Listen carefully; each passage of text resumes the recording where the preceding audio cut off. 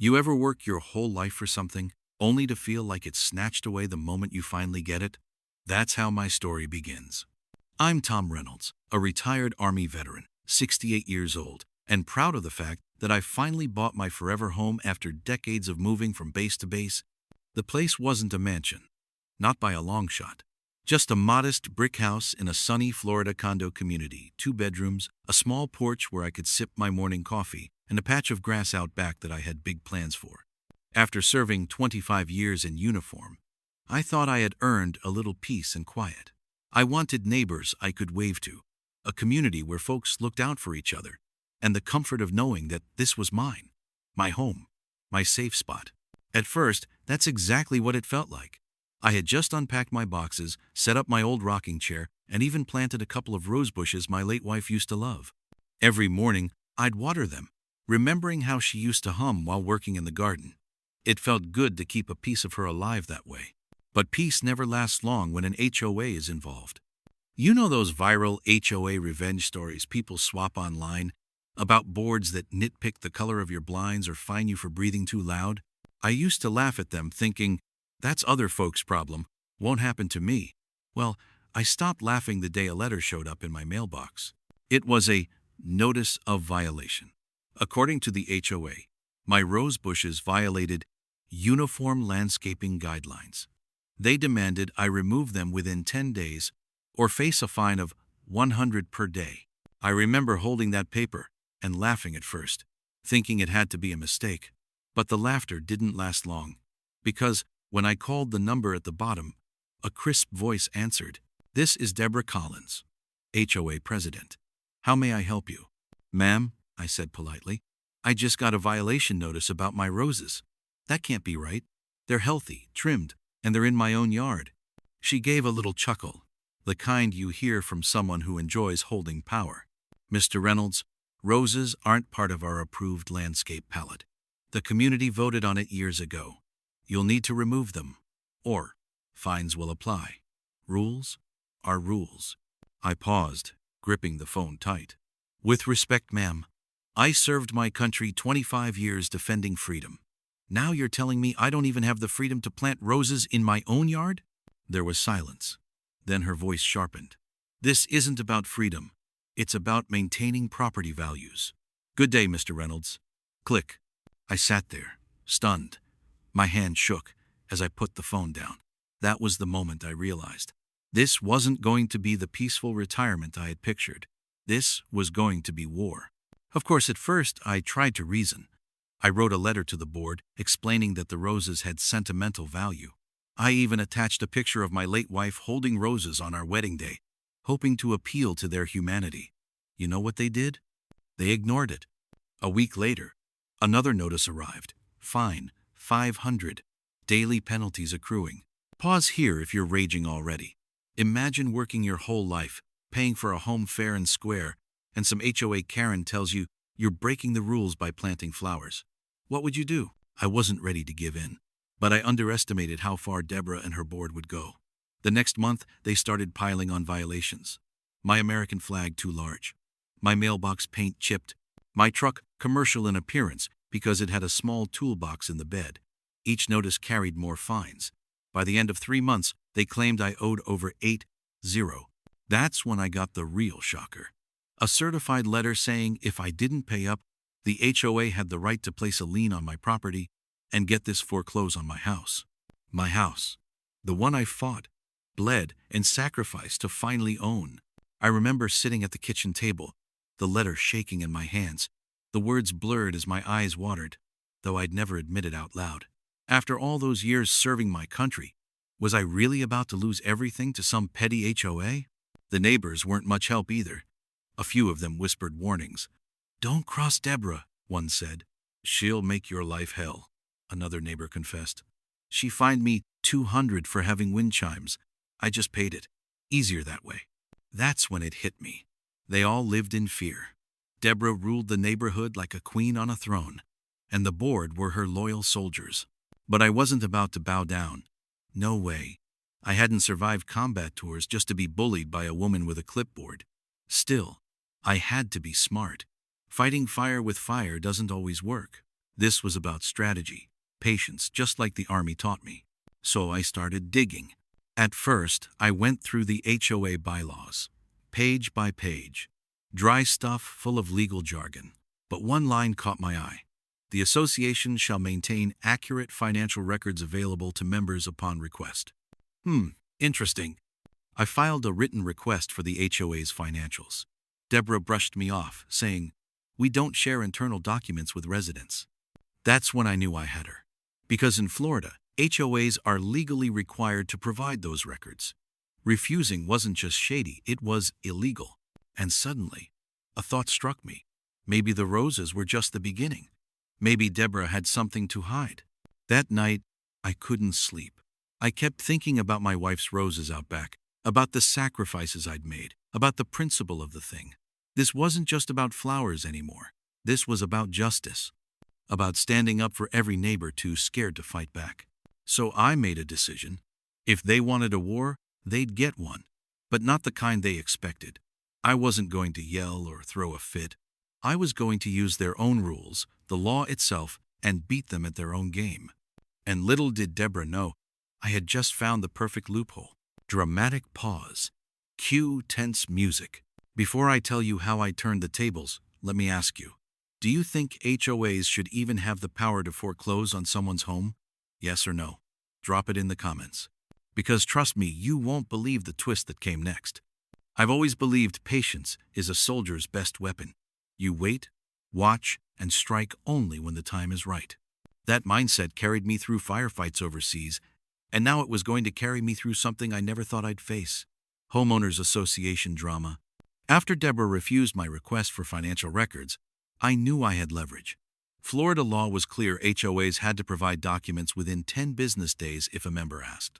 Refusing wasn't just arrogance, it was a violation. So, I played dumb at first. Maybe she forgot, I told myself. I sent another letter, polite and professional, this time certified mail so she couldn't deny receiving it. When the 10 days passed, I marched down to the HOA office, a small converted clubhouse that always smelled faintly of stale coffee and copier ink. Deborah was there, perched behind the desk like a queen behind castle walls. Her pearl necklace gleamed against her pressed blouse, and she wore that same thin smile, the one that said she was used to winning.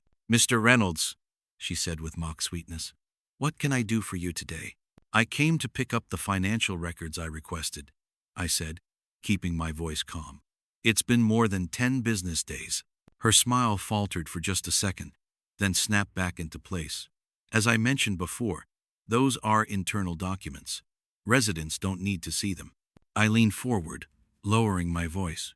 "With respect, ma'am, state law says otherwise. Would you like me to bring a copy?" The room went quiet. I could see her eyes twitch, her knuckles tighten on the desk. Finally she said, "We'll review your request again, but don't expect to find anything useful. Good day, Mr. Reynolds." I walked out, heart pounding, but inside I was smiling, because I'd seen it. Fear. She was hiding something, and fear meant weakness. That night, I fired off a complaint to the state's Department of Business and Professional Regulation. I didn't know how long it would take for them to act, but it was a card worth playing. Meanwhile, I had another idea: talk to the neighbors. At first, folks were hesitant.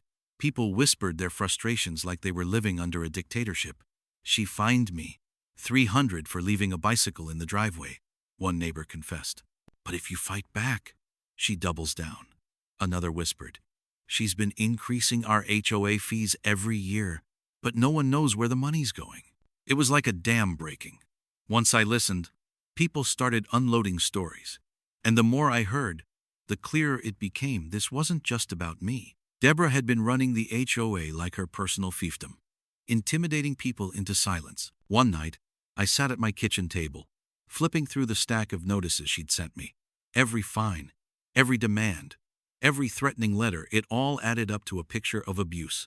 I thought about the folks too scared to speak, about the single mom down the street working 2 jobs just to keep up with Deborah's fees, about the elderly couple who told me they'd cashed out part of their retirement to pay off bogus fines.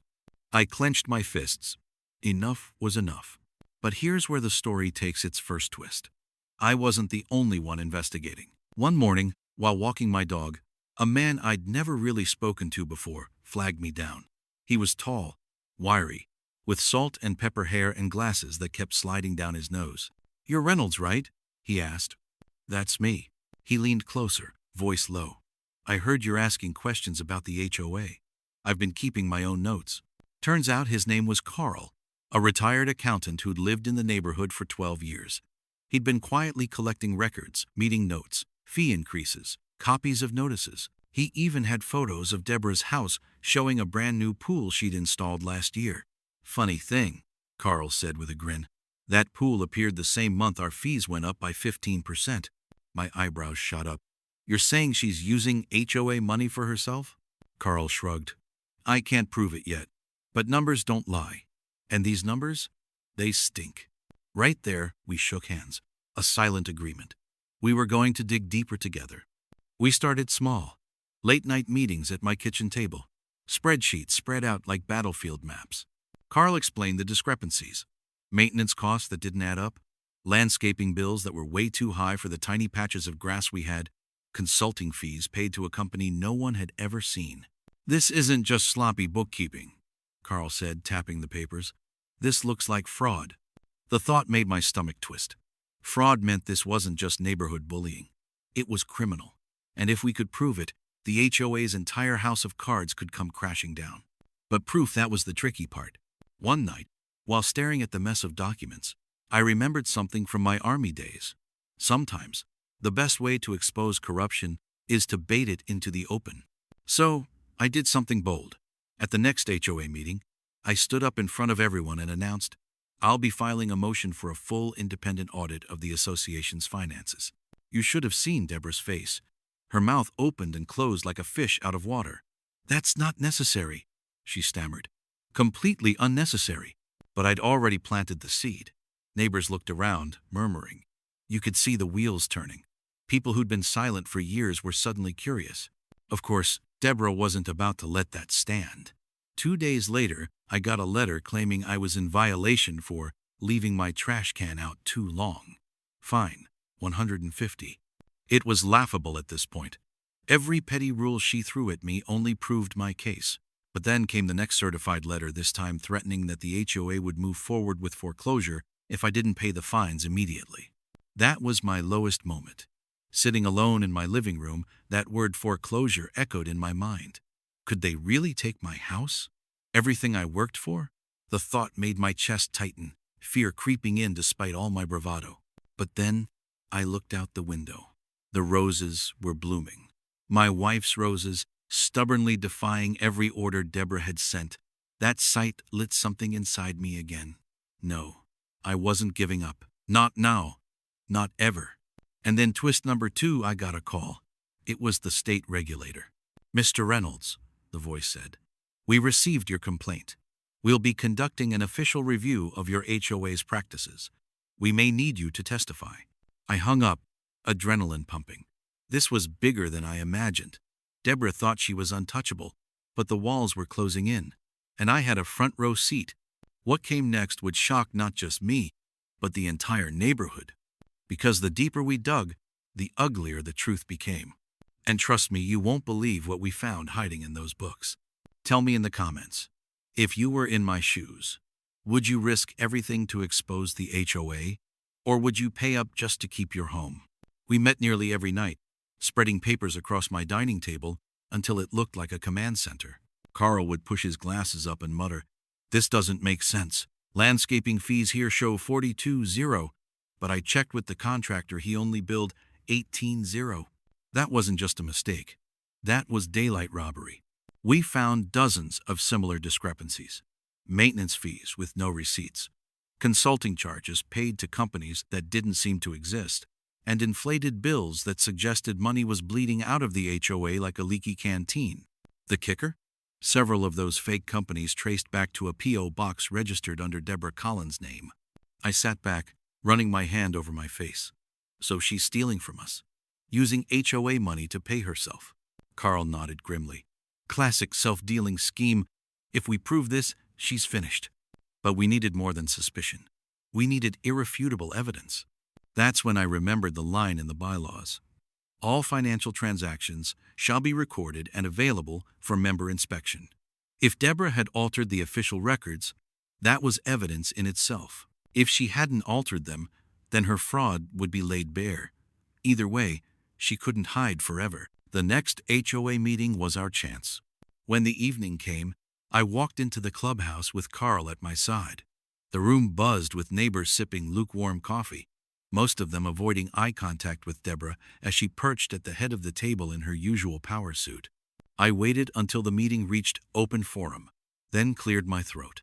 Madam President, as a paying member, I formally request to review the association's invoices and bank statements for the past 3 years.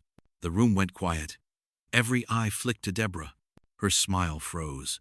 Mr. Reynolds, as I've already explained, those records are confidential. Actually, I said, pulling out a copy of the statute I'd printed, Florida Law Section 720.303 requires associations to maintain and produce these records for inspection, denying me that right is a violation of state law. Murmurs rippled through the room. Neighbors who'd been slouching in their chairs suddenly sat up straighter. You could see the curiosity in their eyes. Deborah's face reddened. This isn't the time or place. No better time or place, I cut in. Unless, of course, you have something to hide? The gasp from the crowd was audible. That was the moment Deborah lost her cool. Her voice cracked like a whip. You're out of order, Mr. Reynolds. This meeting is adjourned. She slammed her gavel, stood, and stormed out. The room erupted. People whispered, traded nervous looks, and a few even clapped me on the back. One neighbor muttered, "Finally, someone's standing up to her." But I didn't feel triumphant. Not yet. Because when a cornered animal lashes out, you know the fight's only just beginning. Sure enough, the next morning, I woke to find a bright orange sticker plastered on my front door. Notice of pending foreclosure proceedings. I tore it down, fury boiling in my chest. Deborah was making her move, doubling down to scare me into silence. But instead of scaring me, she'd just given me the weapon I needed. That sticker was proof of harassment retaliation for exercising my rights. Pause if you're fuming. Imagine fighting for your own home and having the HOA slap foreclosure threats on your door. Would you stay quiet or push back harder? Carl and I decided it was time to escalate. He made a few calls to old colleagues in the accounting world, while I reached out to a friend from my service days who'd gone into law. Within a week, we had 2 powerful allies. A CPA willing to review the HOA's books pro bono, an attorney ready to file an injunction to block foreclosure until records were produced. The day I told Deborah's lawyer we'd be filing a motion in court, I swear I heard the man swallow hard through the phone. Suddenly, the HOA's tone shifted. They sent me a courtesy letter saying foreclosure was temporarily postponed pending resolution. Translation: we rattled their cage. But here's where twist number 3 hit. Carl uncovered something shocking. In his digging, he found a pattern every time fees spiked. Deborah or one of her board cronies made a major home improvement. A pool here, a kitchen remodel there, even a shiny new car. It wasn't just Deborah. The whole board was in on it. I leaned back, whistling low. So it's not just one Karen. It's a whole cabal. Carl smirked. And we've got the receipts. That's when it clicked. This wasn't just a personal fight anymore. This was a full-blown homeowners association drama, fraud, collusion, and abuse of power. And if we exposed it, it would shake the whole neighborhood. But exposing it would take more than whispers and suspicions. We needed a stage, something public. And that stage came in the form of a town hall meeting scheduled for the following month. Deborah thought it would be business as usual, her lecturing the residents about rules and order. But Carl and I were planning a different script. We gathered affidavits from neighbors, lined up the CPA's findings, and prepared a binder thick enough to make a judge blush. I even practiced my speech in front of the mirror, channeling every ounce of calm authority I'd learned over decades of leading soldiers. And the whole time, I kept thinking about those roses, how something so small had started all this, how they'd tried to crush me with rules, but instead, they'd awakened a fight they couldn't control. By the night of the town hall, the air buzzed with tension. Neighbors filled every chair, lining the walls, some even standing outside the open doors. Word had spread. Something big was about to go down. Deborah walked in late, flanked by her board like a general with her lieutenants. She tried to look calm, but I could see the tightness around her mouth, the way her hands clutched her binder. She knew. When the floor opened, I stood. My voice rang clear. Fellow homeowners, we've been told our HOA fees are for the good of the community. But what if I told you those fees were being used for personal gain? What if I showed you proof? Gasps rippled through the room. Deborah shot to her feet, face blazing. That is a baseless accusation. I held up the binder. Then explained the 24-0 landscaping bill when the contractor only charged 18. Explain the consulting fees paid to shell companies registered under your name. Explain why every board member remodeled their home the same year fees increased. The room erupted in chaos, neighbors shouting, demanding answers, some even standing and clapping. Deborah's face drained of color. This was it. The turning point. The moment the HOA's iron grip started to crack. But little did I know, Deborah wasn't done fighting. And her next move, well, it would shake the entire neighborhood to its core. Prediction time. What do you think Deborah will do next, lawyer up? Resign quietly or go nuclear? Drop your guess below. I should have known it wouldn't be that simple. No villain in these HOA revenge stories ever folds quietly. Deborah Collins was no exception. Within 48 hours of that explosive town hall, the threats started pouring in. Certified letters, emails, phone calls, all warning me of legal action, defamation claims, and of course, the looming foreclosure. But by then, I was ready. I'd enlisted my attorney, Mark, a no-nonsense former prosecutor who loved a good David versus Goliath story. Mark's first words to me were, "Tom, this isn't just about roses anymore. This is about exposure. The more they attack, the more evidence we have." And he was right. Deborah's first official counterattack was predictable. She filed a motion claiming I had harassed the board and slandered her character. Typical Karen move, trying to scare you into silence by weaponizing the legal system. I smiled when I read it. Because harassment, by definition, had to be ongoing and intentional. Standing up for your rights? Not harassment. Then came the next wave. Neighbors receiving letters warning them to cooperate with the board or face penalties. One particularly bold missive even suggested fines for aiding a member in breaking HOA rules. That one made my blood boil. They were trying to paint my neighbors as accomplices. I knew what I had to do. Evidence. Evidence. Evidence. Carl and I went door to door, collecting statements from residents who'd suffered under Deborah's reign. People who had been silent for years finally spoke. There was Mrs. Thompson, who had been fined for painting her door the wrong shade of beige. Mr. Rivera, whose car had been ticketed for parking on the street, despite all other residents doing the same. And a single mom, Sarah, who confessed she'd paid 2-0 in fines she didn't owe just to avoid confrontation. Every statement, every affidavit, we carefully documented. We also added the financial discrepancies, backed by the CPA report. The story was no longer about me. It was about a corrupt HOA, abusing power and bilking residents. Deborah wasn't stupid. She realized the tide had turned, but she was desperate. And desperate people make mistakes. Her next move was audacious. She tried to block our motion for the audit, claiming our request lacked merit and was frivolous. In legalese, she essentially called us liars. That's when Mark smiled. "Watch this," he said, leaning back in his chair. "All we have to do is show a pattern of intimidation and violation of state statutes. They've already given us the proof." The court date arrived faster than expected. Florida law moved quickly when HOAs are suspected of abusing power. I sat in the small courtroom, Carl beside me, a binder heavy with evidence in my lap. The air smelled faintly of coffee and polished wood. I could hear the murmurs outside the door as neighbors peeked in, some waving discreetly, others shaking their heads at the sight of Deborah, rigid in her seat, her face tight with anger. When the judge called the case, Deborah tried her usual intimidation. "Your Honor, this is harassment. My board has been unjustly accused," she said, voice dripping with faux calm. I took a deep breath. "Your Honor, all I want is transparency. I want to know how our fees are being used, and to ensure the board follows its legal obligations." The judge tilted her head. "Mr. Reynolds, your request is within your rights under Florida Statute 720.303. The board is ordered to produce all requested records within 15 business days. Deborah's mouth opened, then closed. A flicker of panic crossed her eyes.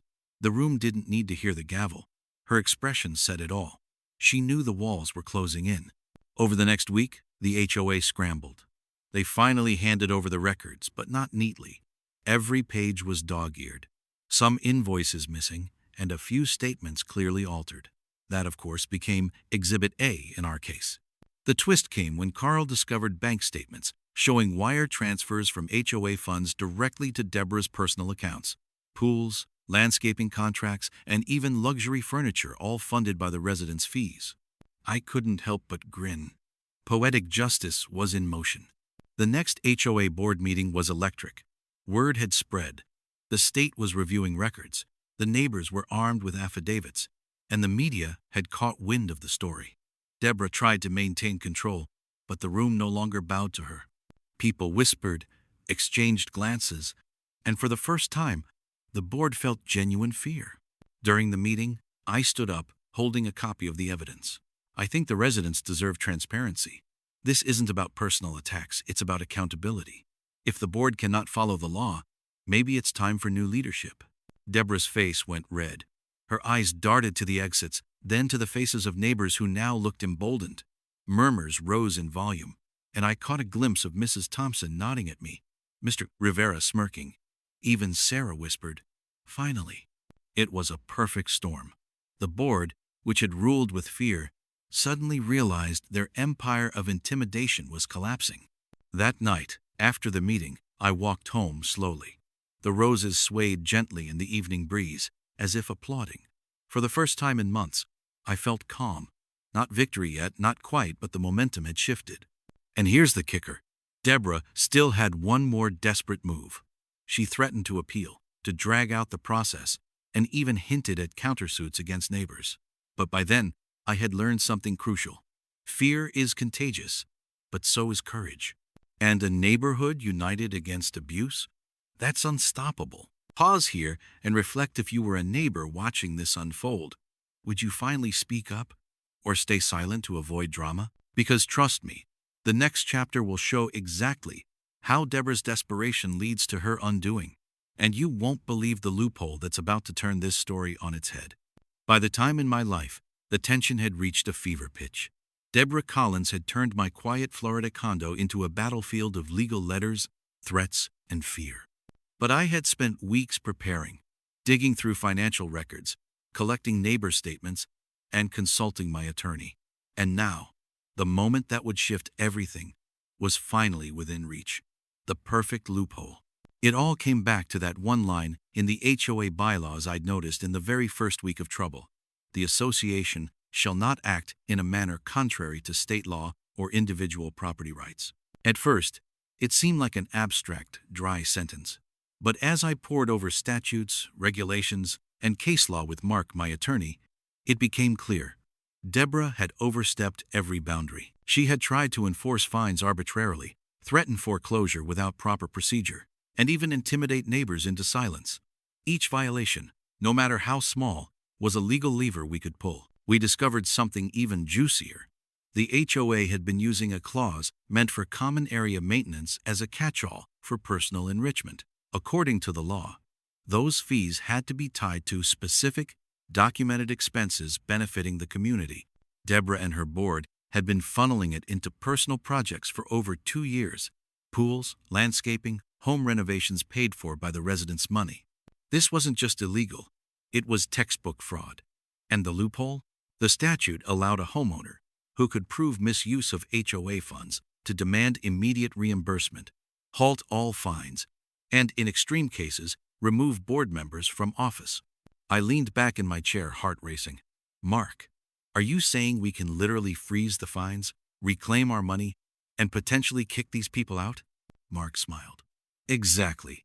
Provided we document everything. You've been meticulous, Tom. Those roses, every violation letter, every neighbor statement, it all adds up. The next step was about execution. We had to move carefully, because Deborah was cunning and litigious. One misstep and she could drag us into months of court battles, but she was already trapped in her own web. Every fine, every threat letter, every foreclosure notice became evidence against her. Our first action: send a formal demand letter citing the statute and the loophole. The letter outlined each violation, attached proof, and demanded that all fines be frozen and that an independent audit be conducted immediately. We CC'd every board member and copied the state regulator. When Deborah opened that envelope, I imagined she felt like the floor had fallen out from under her. She called her lawyer frantically, but the letter was airtight. There was no wiggle room. The legal language, combined with irrefutable evidence, meant the board had zero defense. Then came twist number 4, the one I never expected to be so satisfying. The neighbors, who had been watching silently, now saw the tide turning. They began showing up at the HOA office, politely but firmly requesting records and explanations. Deborah tried to shut the doors, but her power was evaporating. People were no longer afraid. Meanwhile, Carl and I compiled a public spreadsheet showing every discrepancy, every inflated fee, and every personal expense. The moment we posted it online, a subtle viral wave started. Neighbors shared screenshots in group chats. Local community boards picked up the story. And suddenly, Deborah's little empire of fear became a public spectacle. But the pièce de résistance, the loophole's crowning moment, came when we filed the injunction in court. The motion cited state law, attached all evidence, and formally demanded the removal of Deborah and any board member implicated in fund misuse. At the hearing, I sat quietly as the judge reviewed the documents. Deborah and her lawyer squirmed. The judge asked one pointed question: do the records demonstrate a pattern of improper use of HOA funds? The answer was obvious. Every spreadsheet, every bank statement, every affidavit painted the same story. Carl and I exchanged a subtle nod. Yes, Your Honor, Mark said firmly. We have clear evidence of violations. We request that the fines be nullified, funds reimbursed, and the board be replaced by members acting in good faith. The judge looked at Deborah, then at the assembled neighbors. Her face betrayed a mix of panic and defeat. It was the first real crack I'd seen in her armor. The ruling came swiftly. All fines were frozen. Funds misappropriated by the board were to be returned to the HOA account under strict oversight. And Deborah, along with 2 board members implicated in the scheme, were removed from office immediately. New elections would be held to ensure community representation. I couldn't help but laugh quietly in the courtroom. Justice, slow, patient, legal justice had arrived. My roses, still blooming in the backyard, seemed to nod in approval. But the best part? The HOA couldn't retaliate anymore. The loophole protected us, every resident, and anyone who had dared to speak out. Deborah's threats of foreclosure were nullified, her attempts at intimidation powerless. Later that night, as I walked around my yard, neighbors came by to shake my hand. One said, "Tom, you didn't just save your house, you saved all of ours." Another whispered, "I was too scared to fight, but you showed me it was possible." I thought about the lessons I'd learned: patience, preparation, and knowing your rights. And maybe most importantly, how a single loophole, a small line buried in the law, could topple a kingdom built on fear. That evening, I sat on my porch, sipping coffee, watching the sun dip below the Florida skyline. The roses glowed in the warm light, my home finally peaceful again. If there's one takeaway from all this, it's simple. Never underestimate what careful research, a little courage, and a perfectly timed legal loophole can do. The HOA thought they were untouchable. But even the fiercest Karen falls when the law is on your side. Pause for a moment and reflect. If you were facing an abusive HOA, would you dig for the loophole or pay quietly to avoid confrontation? I'd love to hear your story in the comments. Because the next chapters, they're about the ripple effects neighbors empowered, board members humiliated, and the community reclaiming control in ways Deborah never imagined. The morning after the court ruling, I woke to a string of emails and phone messages from neighbors, local journalists, and even community bloggers. Every headline screamed some variation of "corrupt HOA exposed, residents take back control." My inbox overflowed with tips, stories, and support. I felt a strange mix of relief and disbelief. After months of harassment, legal threats, and sleepless nights, the neighborhood was finally awake. And the beauty of it? Deborah was powerless. The legal loophole we'd leveraged didn't just protect me, it protected everyone. That afternoon, a small crowd gathered outside the HOA clubhouse. Neighbors I barely knew stopped by just to say, "Thank you, Tom." Some even brought snacks and coffee for our little celebration. Carl, standing beside me with his usual crooked grin, muttered, "Feels like we just stormed a castle."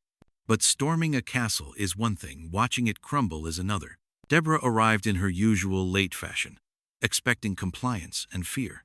Instead, she found the clubhouse buzzing with residents holding copies of the audit reports, CPA statements, and affidavits. Every eye in the room was on her. She tried her commanding smile, but it faltered. The weight of months of deceit pressed down visibly. "Everyone, please calm," she started, but a chorus of murmurs drowned her out. One neighbor, Miss Rivera, spoke up. "Deborah, the court has ruled. Your fines, your threats, your misuse of funds, you're done." Her face went red, then white. She opened her mouth again, but the binder of evidence on the table blocked her like a shield. It was tangible proof of her misdeeds, and every resident could see it. The new HOA board, elected under court supervision, entered the room quietly. They were ordinary residents, people who actually cared about the community. They started reviewing Deborah's term and highlighted every violation, expense, and improper action. It was a public audit, live, and everyone could witness the fall of a so-called queen of the neighborhood. And then, twist number 5, the real shocker. Deborah tried to claim that some of the expenses were pre-approved or for community improvement. But the CPA report dismantled that claim line by line, proving personal enrichment in every case. Pools, landscaping, home renovations, even furniture all paid for by residents under false pretenses. The room erupted. Gasps, whispers, and even laughter filled the air. A woman near the back said, "I can't believe she actually tried to spend our money on herself." Another man added, "Serves her right for picking on Tom's roses." Even better, Carl uncovered a hidden gem emails between Deborah and her attorney discussing how to intimidate Reynolds into compliance. That, coupled with the foreclosure threats and harassment notices, formed a textbook case of retaliation. The loophole we'd leveraged now applied directly. Not only were fines nullified, but the board's actions were illegal and subject to restitution. Deborah's ultimate humiliation came when the local news showed up. Cameras, microphones, and reporters were ready for statements. Neighbors lined up, sharing stories of fines, threats, and intimidation. Every tale underscored the same truth. Deborah had abused her position, and the community had been silenced far too long. When the reporters finally asked Deborah for a comment, she hesitated. The cameras caught every flicker of panic. I was only enforcing the rules," she stammered, voice tight. Carl whispered to me, barely holding back a chuckle. "Rules? She made up half of them." The crowd snickered, and I caught a few residents secretly raising their fists in quiet celebration. For months, they'd lived in fear. Now, they were witnessing their oppressor crumble publicly. But there was one more act of poetic justice. The court ruled that any funds misappropriated by Deborah and her cronies had to be reimbursed to the HOA account, and the board members removed from office would be personally liable for restitution. That meant Deborah not only lost her power, but also faced serious financial consequences. The day ended with a town-wide gathering in the community park. Neighbors shared stories, laughed about ridiculous fines, and toasted to their regained autonomy. I stood off to the side, sipping iced tea, watching the roses in my yard glow under the late afternoon sun. They had survived, just like we had. I thought about the journey, from a simple rose planting to uncovering corruption, rallying neighbors, and using a tiny legal loophole to topple an empire of fear. The story of HOA revenge wasn't just about winning my home back, it was about empowering the entire community. For reflection, how often do we let rules and authority intimidate us, even when they're unjust? Sometimes, the smallest act of defiance, planting a rose, asking for records, speaking up, can grow into something far bigger than you imagined. And for the record, the media coverage made Deborah the face of HOA malfeasance nationwide. Other neighborhoods called to ask how we did it.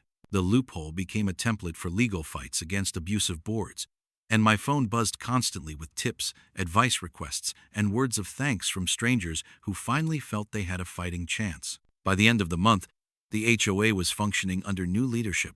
Rules were clarified, fines fair, and transparency became standard. Neighbors walked past each other with smiles instead of wary nods. And me? I could finally sit on the porch, sip my coffee, and admire the roses without fear, without fines, and with the satisfaction of knowing justice had been served. Pause for a moment. Share in the comments. If you had the chance to expose an abusive HOA in your neighborhood, would you take it or walk away quietly? Because the final chapters, they're about closure, reflection, and the subtle ways a community heals after standing up to abuse. The weeks after Deborah's ousting were surreal. The tension that had hung over the neighborhood like a storm cloud finally lifted, leaving warm sunlight and the scent of blooming roses in its place. Every morning I'd walk past my front yard, and those stubborn little flowers seemed to whisper, "We survived." And somehow, so had I. Neighbors began to rebuild trust in one another. People who had avoided conversation for years started chatting over fences and waving across the street. The HOA, now run by honest residents, held transparent meetings with clear agendas. Fines were fair, rules were consistent, and for the first time in over 2 years, everyone felt seen and heard. One afternoon, Carl came over with a grin and a box of donuts. "We did it," he said, handing me a chocolate-glazed one. "We actually did it." I laughed, shaking my head. "You know, it's funny. I always thought the fight would be against her. But really, it was about the fear she'd planted in everyone." Carl nodded. "Exactly. And now that fear's gone, the legal battle had left its mark, but in the best way possible. The neighbors who had once stayed silent now had a voice. They spoke up in meetings, shared concerns openly, and even organized community events. It was as if removing the HOA's tyranny had unlocked a new level of civic pride. I spent one evening walking through the neighborhood, greeting people, sharing laughs, and hearing stories about how Deborah's reign had affected them. Mrs. Thompson finally admitted she had been terrified to paint her door for fear of fines. Mr. www.com Rivera confessed he'd been counting the days until someone stood up for the neighborhood.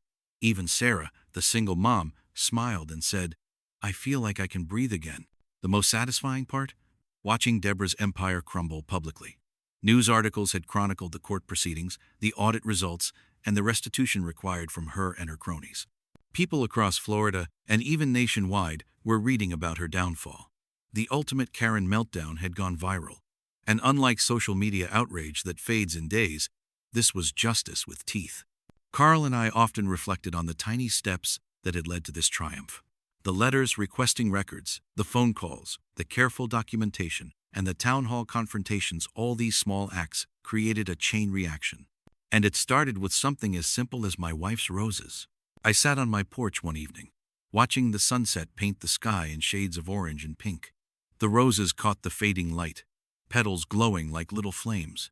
I thought about what we'd accomplished, not just reclaiming our homes, but reclaiming our community, our pride, and our sense of justice. Sometimes, I still replay Deborah's shocked expression in my mind, the perfect payoff for months of harassment. But more than that, I replay the moments of unity, neighbors sharing evidence, supporting one another, and realizing they were stronger together than under the thumb of a tyrant. It wasn't about revenge anymore. It was about empowerment, about knowing your rights, standing your ground, and helping others do the same. The HOA revenge stories I'd read online were just stories, but now I was living proof that ordinary people could take on extraordinary abuse and win. The community held a small celebration in the park. Neighbors brought food, kids ran freely, and everyone shared stories. There were laughs, tears, and that deep, quiet satisfaction that comes from having endured something unfair and emerging stronger. Carl raised a toast to patience, persistence, and the loophole that changed everything. I raised my coffee cup in return, smiling. And to the roses. As I watched everyone together, I realized that the biggest victory wasn't legal. It was emotional, moral, and communal. People felt seen, heard, and protected. The fear that had once ruled our streets was gone, replaced by trust and solidarity. In the quiet of my home later that evening, I reflected on the lessons learned. Knowing your rights is essential. Documentation is your shield. Courage inspires others.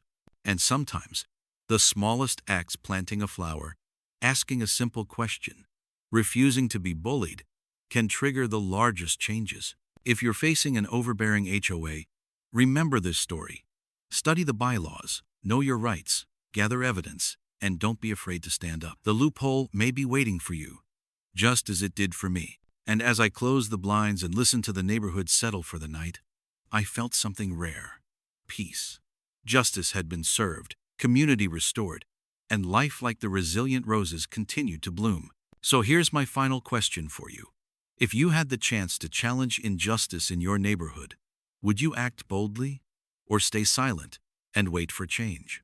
Share your thoughts below. And if this story inspired you, consider subscribing to follow more HOA revenge stories, triumphs, and lessons learned the hard way. Our little Florida community was beginning to feel like a different place. The legal dust had settled, and the immediate threat of fines, foreclosure, and intimidation was gone. But more importantly, the psychological grip Deborah Collins had maintained for years had vanished. Neighbors who had been cautious, withdrawn, or silent were now animated, chatting over fences, waving to each other, and even organizing small projects. The HOA, under new leadership, was committed to transparency, fairness, and inclusion. It was almost unrecognizable compared to the oppressive regime we had endured. I spent a Saturday morning walking through the neighborhood, stopping to greet people. Mrs. Thompson waved enthusiastically. "Tom, I painted my door pink," she laughed. I was terrified, but now, well, I finally feel free. I smiled.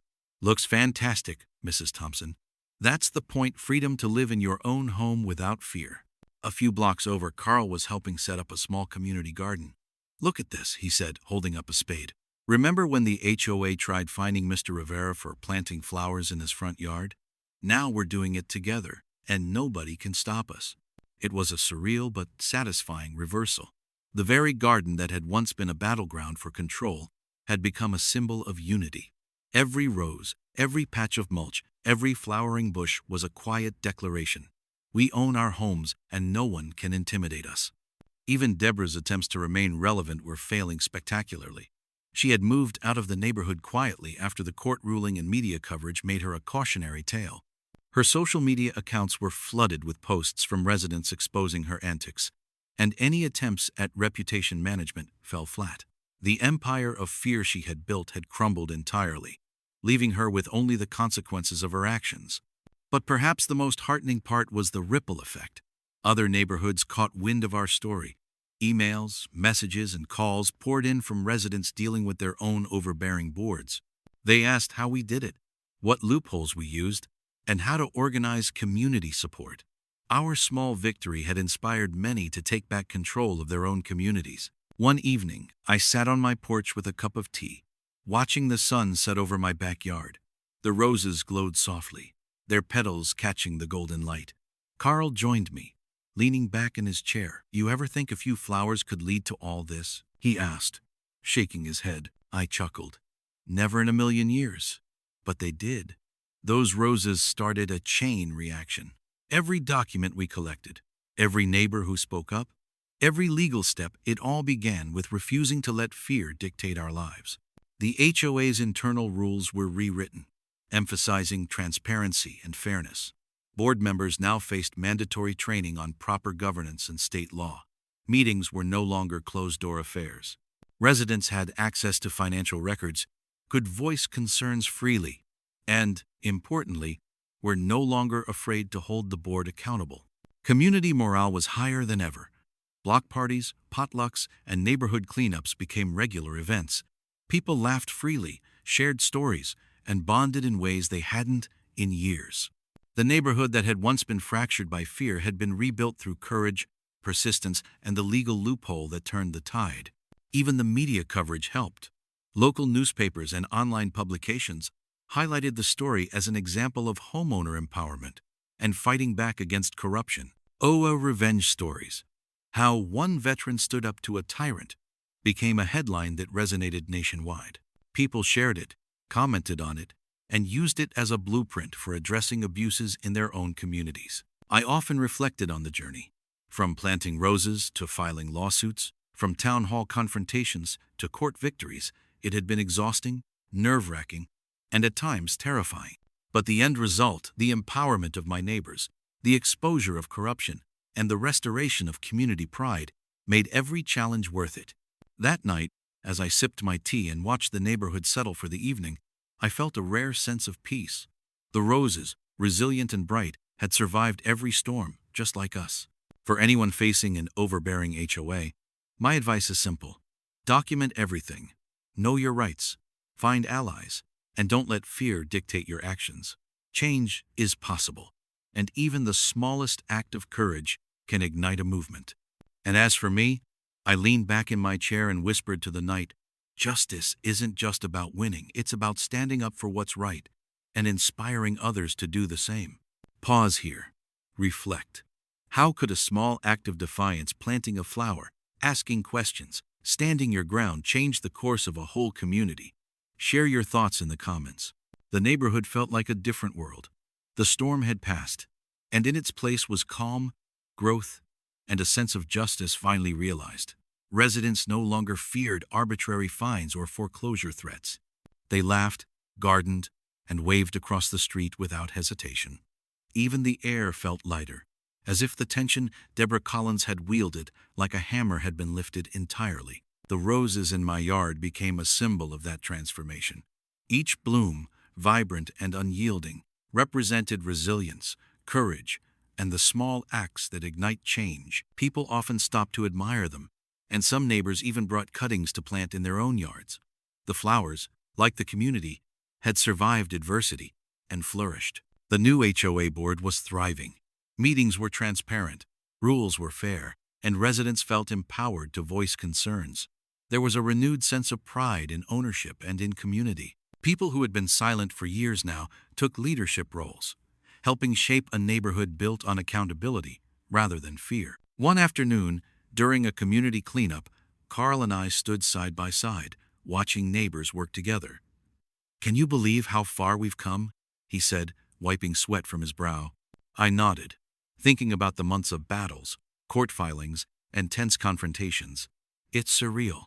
But it proves one thing: persistence and knowing your rights can change everything. The legal side of the battle was officially closed. Deborah and her cronies had been removed from office, ordered to reimburse misappropriated funds, and barred from holding board positions for several years. The court rulings and audits were public records, serving as both a deterrent and a guide for other homeowners facing similar abuse. But the most satisfying part wasn't just the legal victory, it was the community itself. Neighbors who had once avoided each other now laughed together at block parties.